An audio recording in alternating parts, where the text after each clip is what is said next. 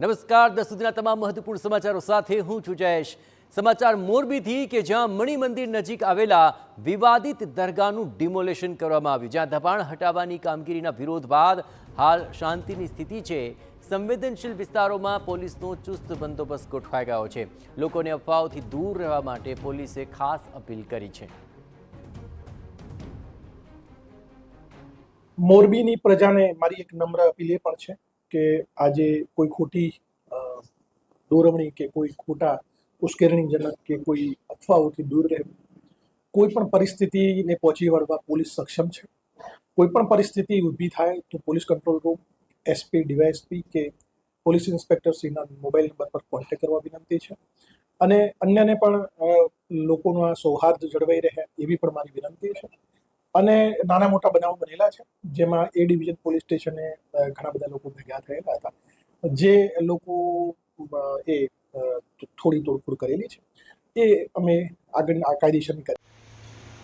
મોરબીમાં મણિ મંદિર નજીક આવેલા વિવાદિત દરગાહનું ડિમોલેશન બાદ હાલ સ્થિતિ કાબૂમાં છે અને શાંતિનો માહોલ છે। પોલીસના કડક બંદોબસ્ત સાથે ડિમોલેશન કામગીરી હાથ ધરવામાં આવી હતી, ત્યારે દબાણ દૂર કરવાની કામગીરી વખતે કેટલાક લોકોએ સૂત્રોચ્ચાર સાથે વિરોધ નોંધાવ્યો। આ વિરોધને પગલે મોરબીનો બેઠો પુલ બંધ કરવો પડ્યો।